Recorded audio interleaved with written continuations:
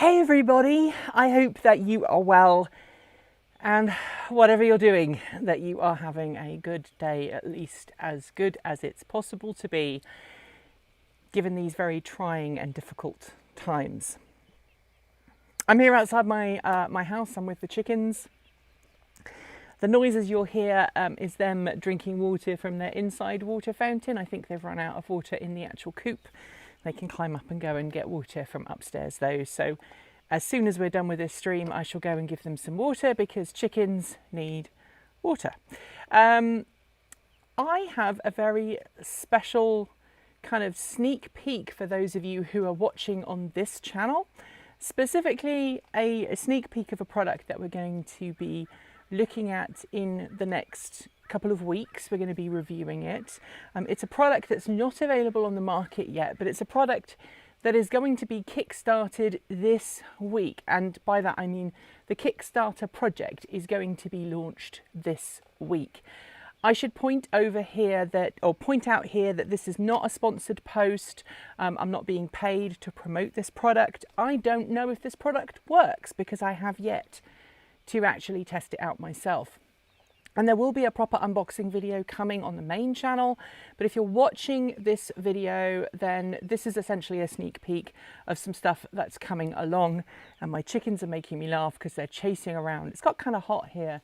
Thankfully, we had a cloud that came over. So this is the box that I'm going to be unpacking. It arrived last week from Europe. And can you guess what's in it? Kind of a big box, really. And it's quite a nice box. It's made of some heavy-duty fabric. It's custom made. It's got some lovely feet on the bottom. Reminds me a little bit of those old custom computer cases you could get back in the day, like an oversized laptop case, which is rather nice. And I'm going to have a look inside. This is a new product that is coming to market. As I say, this week they're hoping to kickstart it, and it's one that if you drive an electric car on a regular basis, I think like me, you're very interested to see what it offers. Now, some caveats here is that this product that I've got, this version of the product, is a pre-production prototype. Now, if you're familiar with Kickstarter, you know that Kickstarter used to be a kind of a throw your money at a company and see what happens. I've supported several successful Kickstarter projects in the past and some not so successful projects. One particular project I thought wasn't going to be successful, that I initially backed and got delayed again and again and again and again, ended up becoming part of a really big company. The SmartThings product. When SmartThings first arrived on the market, I actually kickstarted SmartThings to get a SmartThings hub, to get some of the home automation equipment, because I love my home automation. You know, we've got Hue light bulbs, we've got scripts doing all kinds of things, we've got a smart TV, we've got a smart washing machine.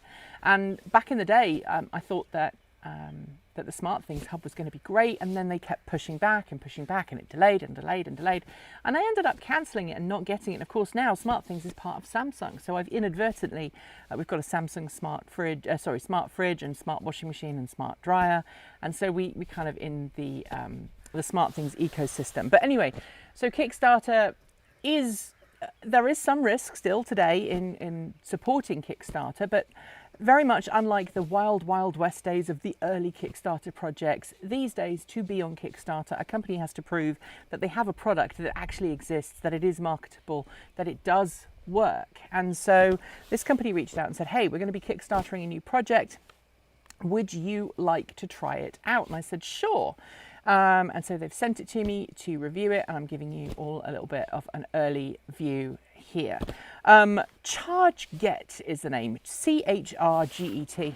That's the name of the product. You may or may not have heard about it. I've kind of kept it quiet because they're not officially live with their Kickstarter yet, but they will be soon. And as you can guess, it is a mobile charging solution for electric vehicles. Now, I will preface this with, if you remember the Tesla mobile connector, the Go Anywhere connector that Tesla offers, it's really useful for Tesla owners and Tesla drivers because it allows them to plug their Tesla in and charge it at somebody's house, even if that person doesn't have a rapid charging station, or it's not even a rapid charging station, a dedicated high power charging station. Please excuse me, it's been one of those weeks and it's only Tuesday. And a solution that works wherever you go is really important. Now, obviously in Europe, there are more adapters and more charging options than there are here in the United States. But even here, there are a multitude of different power outlets that you can pull power from to charge your electric vehicle. And that's why the Tesla mobile connector has been so popular and has been modified by several companies over the years to work with J1772 or type 1 if you're in Europe, so that the cameras view. But I'm just about to show you what this is. So inside this box here, you have the Charge Get, or CHRG Get product. I like it because it's very compact. It's a very nicely put together product, and you can see it consists of the EVSE, the electric vehicle supply equipment, which is here, and then you get a plug on the end of an adapter. And how this works is you literally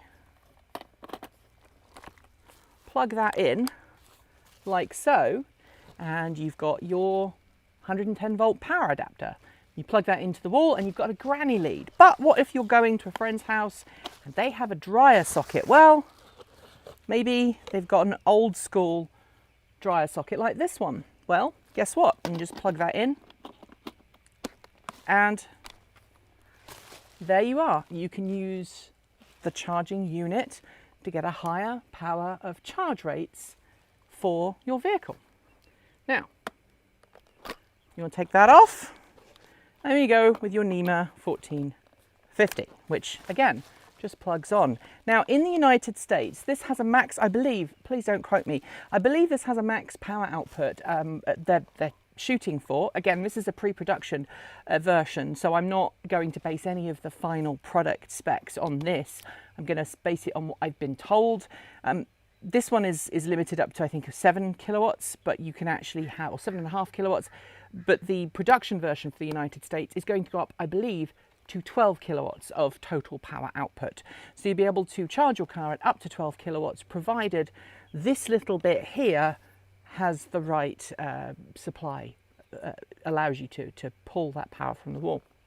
Now, someone was asking, in Europe, is there a 3-phase version? I understand that the Kickstarter version for Europe, instead of coming with, you know, the American style J1772 plug, will come with a Type 2 plug that will allow you to use your standard Type 2 EV charging inlets that most European cars have. It will also come with a 22 kilowatt unit here that's capable of handling 22 kilowatts of charge power, and yes, I believe it will be capable with 3-phase. Now the caveat, of course, is you will have to buy the 3-phase adapter for this. So if you've got a 3-phase, you know, those big red 3-phase plugs that you get in Europe, you should be able to get an adapter to allow you to plug the 3-phase power into your charging unit, and then you'll be able to charge. Now the benefit to this, obviously, is that the system allows you to have all of these different adapters in a nice case, in a very simple, compatible, portable unit. This is really small. Now what I'm going to do is I'm not going to plug it into my car because I haven't got that set up in the garage yet. I haven't got a spare socket in there at the moment. But what I am going to do later on is I will film using this for the first time and test it out. And I believe it's not a touch screen, sorry, the LCD screen here gives you information about the charging. There is a timer function that allows you to delay when you want to start charging. There's also a power function. So if you are plugged into your friend's dryer outlet, for example, let's find the dryer plug. This is your dryer plug here. No, it's not. That's your dryer plug. Let's pretend you're plugged into your friend's dryer outlet when you're visiting them. And of course, we're not doing much driving at the moment because some of us are still in shelter in place. But you've got your, you've got your friend's dryer outlet that you are plugged into. So what you're going to do is you are going to plug this in like so, into your wall outlet. And for some reason, you're a bit worried that your friend's power from the wall may not be able to provide the necessary charging power that you would normally pull out of that socket, either because it's an old house, you don't know what the quality of the electricity is like within the house. Now, ChargeGet says on its Kickstarter fund that it has some technology inside the unit that allows you to, it tests the quality of the circuit. I'm not entirely sure how it does that. I presume it's got something to do with current drop, so it will pull a voltage and see if there's a substantial power drop, and if there is, then maybe it will back that off, because obviously if you are pulling a high current from a plug, from mains electricity, and the voltage drops significantly, then what that normally means, if you're charging from mains electricity, is that there is a power loss somewhere in that circuit, and that power loss translates to power at your car, and that's a bad thing. So what you can do with this is, it supposedly has some sensor circuitry inside the unit. That's what I've been told. I haven't taken this apart and looked at it. I doubt I will.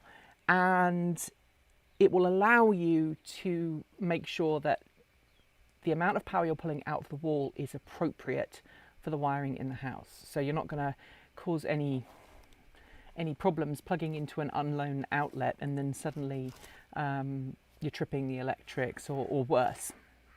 The other thing that the finished product will have is a smartphone app that will allow you to communicate directly with this unit and your smartphone. I believe it will be done over Wi-Fi.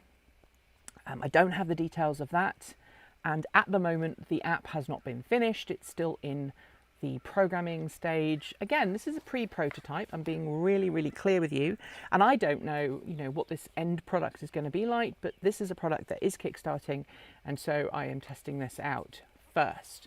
If you have questions, by the way, throw them into the window below. I do apologize for the issues with the internet connection.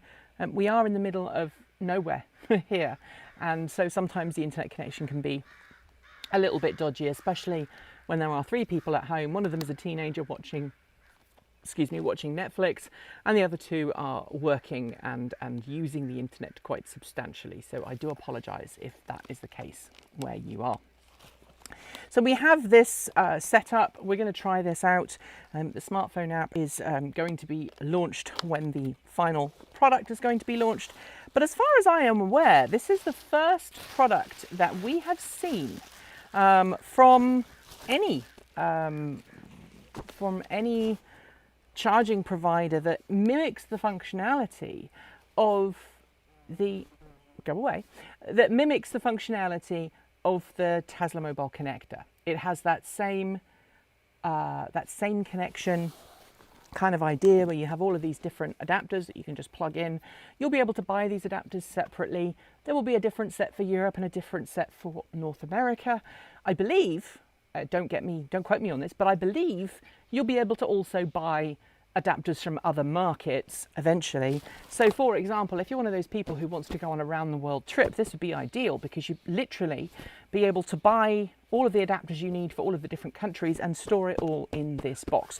As there is at the moment, there's plenty of space in here for additional adapters. I mean, I'm not really using any of the space in this box, and I should note that it's all Velcro inside, so you can actually change the layout inside to suit your needs.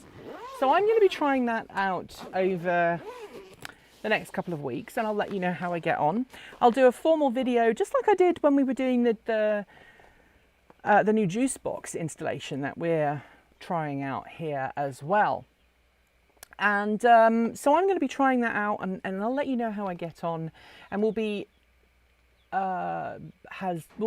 giving them a go. Apparently Tesla Beyond has tested some of those adapters too, so I'd be interested to see how they compare to other ones. I've not been aware of one in North America for sure that is a regular car version of what Tesla's been using for a really long time. And I don't like comparing a product to a Tesla product, but here I think it's a fairly fair comparison, because Tesla has been making something very similar for a while.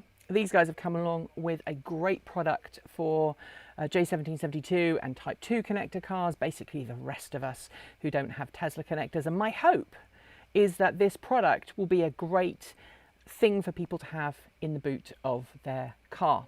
Now, I don't have the final figures for the actual Kickstarter campaign. I'm going to wait until I have those before I post any details on pricing. But my hope is that this will be a pretty affordable solution. I had carpenter ant on my bag. Go away, carpenter ant.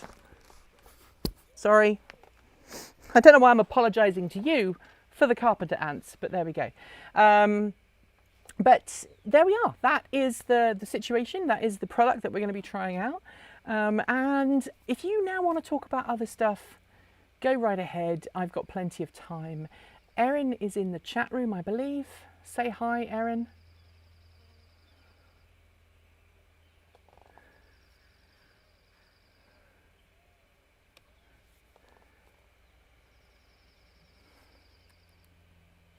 It would be. Absolutely. And I'm hoping that we can do some long distance road trips in this, or maybe medium distance road trips, and try it out on the road, because I'd love to see how it handles. And obviously, you can't really do a whole lot of public charging at the moment because of social distancing, still in effect here in the United States. And of course, if you're going to go anywhere, you probably want to go into the middle of nowhere anyway. So maybe at some point I might go up and see Cape Walton Elliot when things are a little bit better and we know how people are doing. Another thing you should bear in mind is that we are going to be trying out the 2020 Chevrolet Bolt in the next couple of weeks. We've got one of those coming on loan, so we'll be testing that and comparing it to our two 2017 Chevrolet Bolt EVs. And we've got some other cars that we're trying to get lined up. Car companies sometimes have cars very available to borrow, sometimes not so much. I want to try and get my hands on a Mini E, but I don't believe there's one over on this side of the country right now. So there we see. All right, have you used one of the Tesla to J1772 units, says Samuel?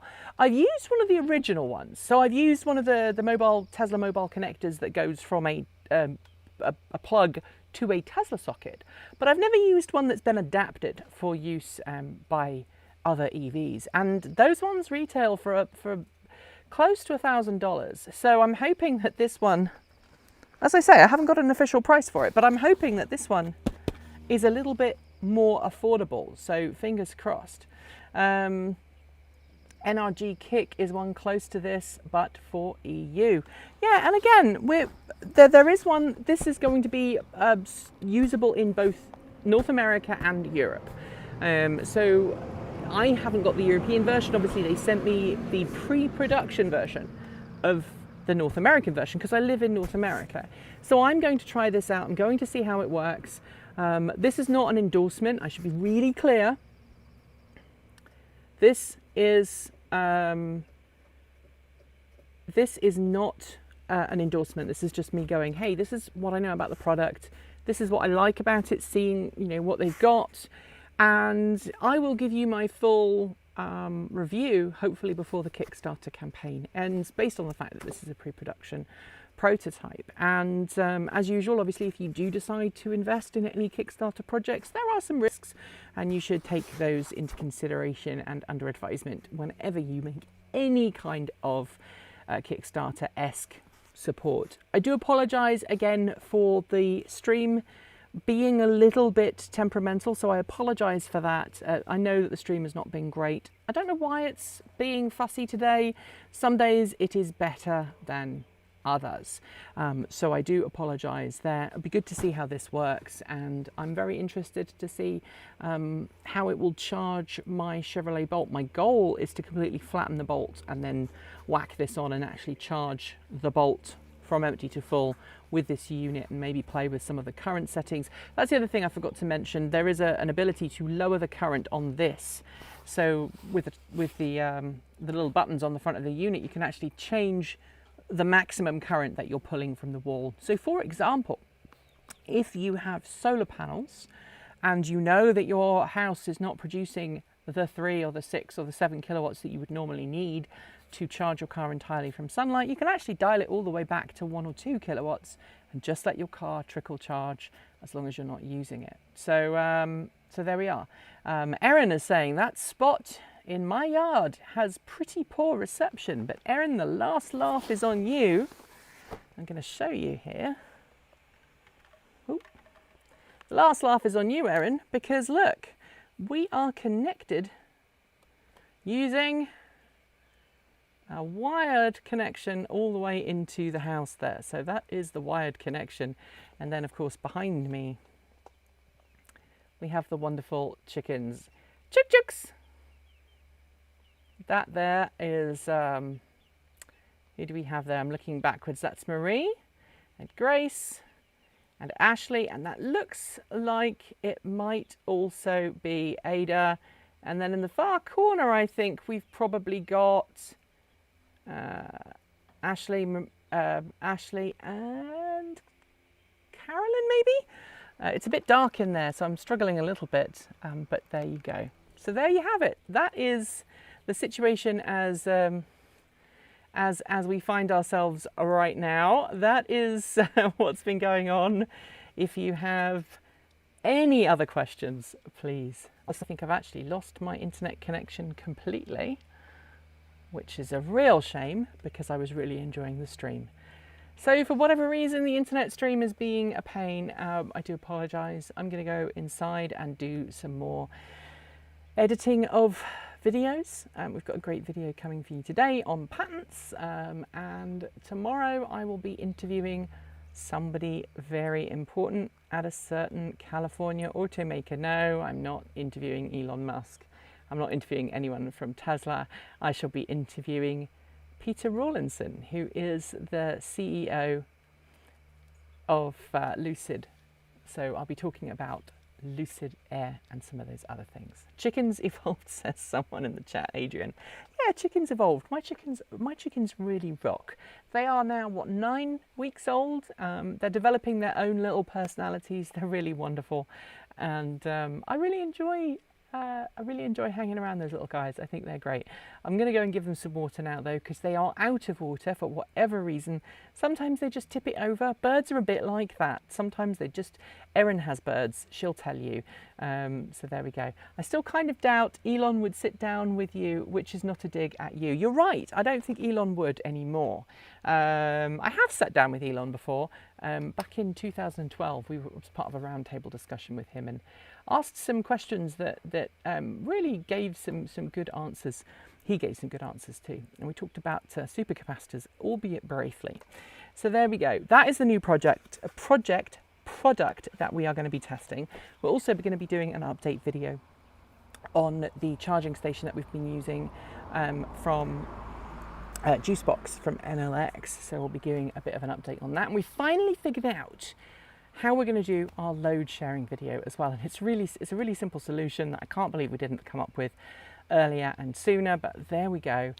Also some good news from the website land. We've managed, fingers crossed, to retrieve a lot from the corrupted and hacked server.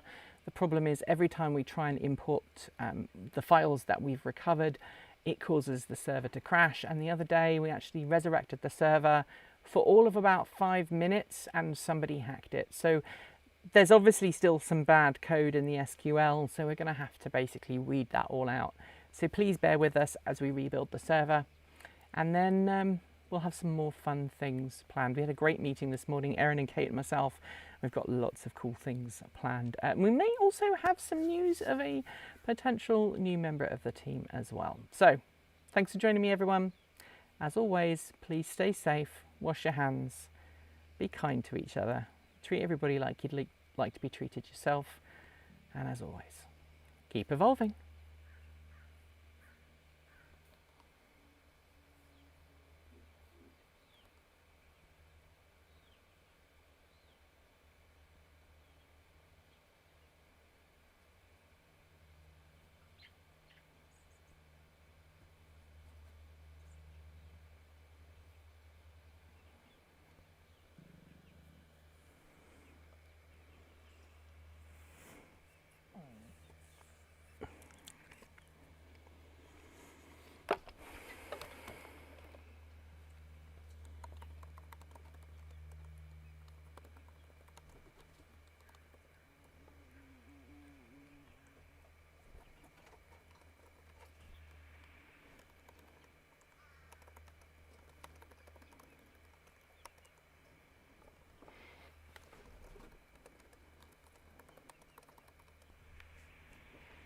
Mm.